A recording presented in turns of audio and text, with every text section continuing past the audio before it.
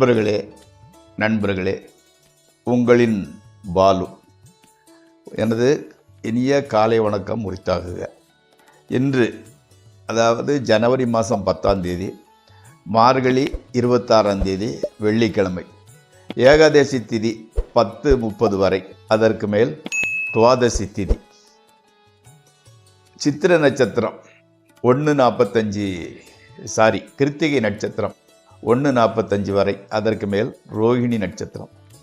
சந்திராஷ்டிரமம் துளாராசிக்காரர்கள் கூறியது. இன்னைக்கு ராகு காலம் 10 to 12, யமகண்டம் 3 to 4:30. இன்னைக்கு நல்ல நேரம் காலையில் 9:15 10:15 வரை, சாயங்காலம் 4:45 5:45 வரை. நீங்கள் அணிய வேண்டிய உடையின் நிறம் வெண்மை, வெள்ளை கலர் சற்று போடுவது நன்மை பயக்கும். தவிர்க்க வேண்டியது மஞ்சள் கலரு, கோல்டு, பிஸ்கட் கலரு. சாப்பிட வேண்டியது கர்ட் ரைஸ் நல்லது, அல்லது இட்லி சாப்பிட்டு கொள்ளலாம். இப்போ நம்ம ஜோதிட பாட நிகழ்ச்சியில் ரோகிணி நட்சத்திரத்தில் பிறந்தவங்களை பற்றி பார்ப்போம்ல, அதை தொடர்வோம்.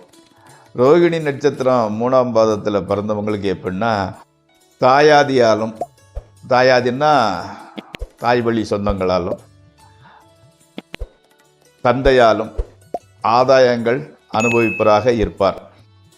இவங்களுக்கு அரசாங்கத்தாலும் ஆளுங்கட்சியாலும் உயர்வு சேரும். அவங்க ரொம்ப சப்போர்ட்டிவாக இருப்பாங்க, அதாவது அரசியலில் இருப்பார்.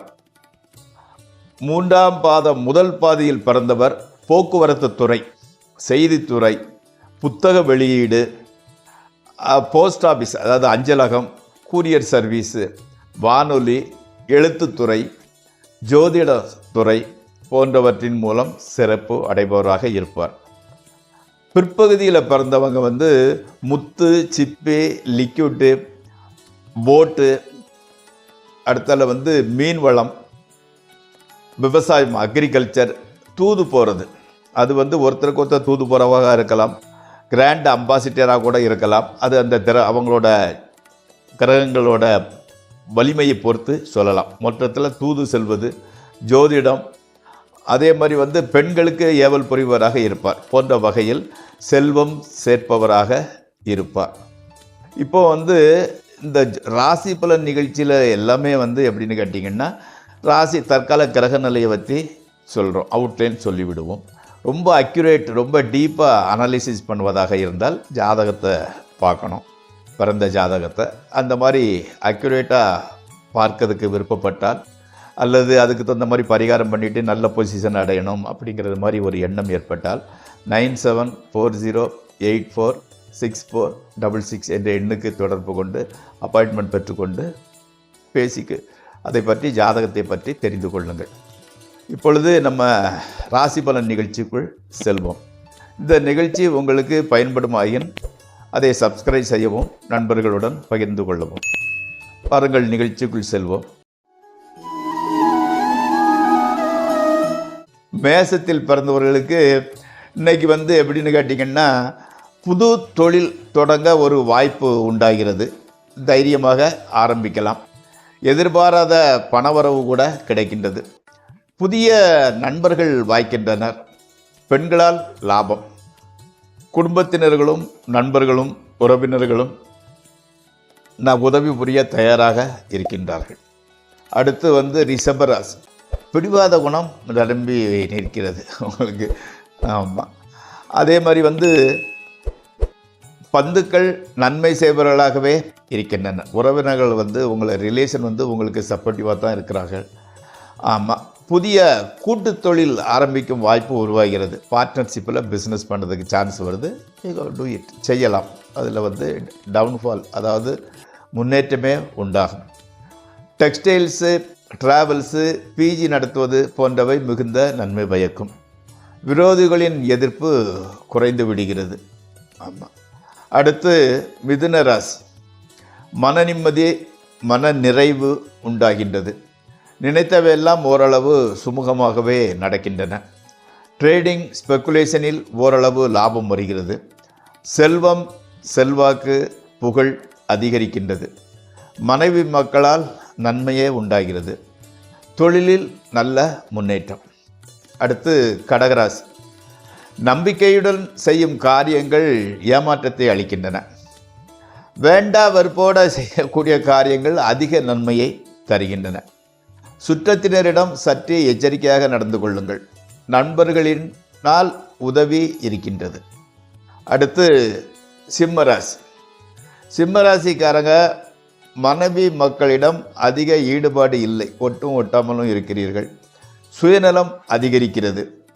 கூட்டுத் தொழில் பார்ட்னர்ஷிப்பில் தொழில் செய்வதற்கு வாய்ப்பு வருகின்றது. அதன் மூலம் பெரிய அளவில் நன்மை ஏற்பட போகின்றது. ஆத்திரம், கோபம் முதலியவற்றை குறைத்து கொள்ள நல்லதே நடக்கும். அடுத்து கன்னியாராசி. இன்னைக்கு கொஞ்சம் சற்று எச்சரிக்கையாக நடந்து கொள்ளுங்கள். கொடுத்த வாக்குறுதியை காப்பாற்ற முடியவில்லை. பணத்தட்டுப்பாடு கொஞ்சம் ஜாஸ்தியாகத்தான் இருந்துக்கிட்டு இருக்கிறது. தகப்பனாரின் உடல்நிலையில் சின்ன பிரச்சனை உண்டாகிறது. கணவன் மனை உறவு சொல்லிக்கொள்ளும்படி இல்லை. அடுத்து துளாராசி. இன்றைக்கி உங்களுக்கு சந்திராஷ்டிரமம். சந்திராஷ்டிரம்னாலே நான் சொல்கிறதுக்கு ஒரு வாய் வரமாட்டேங்குது. ஏன்னா அதனால் பெரிய அளவு முன்னேற்றம் குறிப்பிட்டு செல்லக்கூடிய பாசிட்டிவ் வர்றதில்லை. இன்றைக்கி எச்சரிக்கையுடன் நடந்து கொள்ள எடுத்த காரியங்கள் சிறிது வெற்றியும் சில நல்ல பலன்களும் கிடைக்கும். எச்சரிக்கையை உணர்வுடன் நடந்து கொள்ளுங்கள். கடவுள் பக்தியை அதிகரித்து கொள்ளுங்கள். எதிரிகளின் பிரச்சனை ஒரு முடிவுக்கு வந்துவிடும். பிறருக்கு உதவி செய்ய வாய்ப்பு சந்தர்ப்பம் உண்டாகும். அடுத்து விருச்சிக ராசி. நூதன கிரக கட்டட பூமி சேர்க்கை உண்டாக போகிறது. குடும்பத்தில் மங்கள காரியங்கள் நடைபெறப் போகிறது. நண்பர்களினால் நன்மை உண்டாகிறது. அதே மாதிரி கோர்ட்டு கேஸு விவகாரங்களில் வெற்றியே கிடைக்கிறது. கணவன் மனைவி உறவு கூட நன்றாகவே இருக்கிறது. அடுத்து தனுசு ராசி. உத்தியோகம் செய்பவர்களுக்கு பாராட்டும் பதவி உயர்வும் கிடைக்கின்றது. எதிரிகள் நண்பர்களாக மாறிவிடுகின்றனர். ஸோ அப்போ எதிரிகளோட தொல்லை இல்லை இனிமேல். திருமணம் ஆகாதவர்களுக்கு திருமணமும் கைகூடி வருகிறது. மக்கள் பேர் இல்லாதவர்களுக்கு மக்கள் பேரும் உண்டாகிறது. புதிய தொடர்புகள், நண்பர்களுடன் எச்சரிக்கையாக இருங்கள். ரொம்ப க்ளோஸாக போயிடாதாங்க. அடுத்து மகர ராசி. குடும்பத்தில் சந்தோஷம் நிலவுகிறது. ஆரோக்கியம் நன்றாக இருக்கிறது. பணவரவு கொஞ்சம் ஜாஸ்தியாக இருந்துக்கிட்டு இருக்குது. நினைத்தவை நினைத்தபடி நடக்கின்றன. தொழிலில் கொஞ்சம் இம்ப்ரூவ்மெண்ட், முன்னேற்றம் இருக்கிறது. பெரியோர்கள் சந்திப்பும் அவர்களால் உதவியும் கிடைக்கின்றது. செல்வாக்கு, புகழ் எல்லாம் அதிகரிக்கிறது. அடுத்து கும்பராசி. பெற்றோர்கள் உடல்நிலை நன்றாகவே இருக்கிறது. அவர்களால் பொருள் வரவு உண்டாகின்றது. குடும்பத்தில் நல்ல காரியங்கள் நடைபெறுகின்றன. புது வீடு, நிலம் வாங்குவது, புதிய நகைகள், துணிமணிகள் வாங்குவது, இந்த மாதிரி பர்ச்சேஸ் நிறைய பண்ணுறீங்க. தொழிலில் நல்ல ஆதாயம் வருகிறது. ஓகே. அடுத்து மீனராசி. எதற்கும் பயப்படாமல் துணிவுடன் நடந்து காரியங்களை செய்தால் எல்லாம் கட்டாயம் வெற்றி என்பது கிடைக்கும். மனைவி மக்கள் உங்கள் சொல் கேட்டு உங்களுக்கு அடங்கி நடக்கின்றார்கள். ஒரு சிலருக்கு திருமணம் நடைபெறுகின்றது. வீட்டிலையும் சரி வெளியிலையும் சரி உங்களுக்கு வீணான கெட்ட பெயரை சம்பாதி கொள்ளுங்கள். நீங்கள் பேசுகிறது கரெக்டாக இருந்தாலும் அது பேசுகிற தோரணை சிலருக்கு பிடிக்கவில்லை.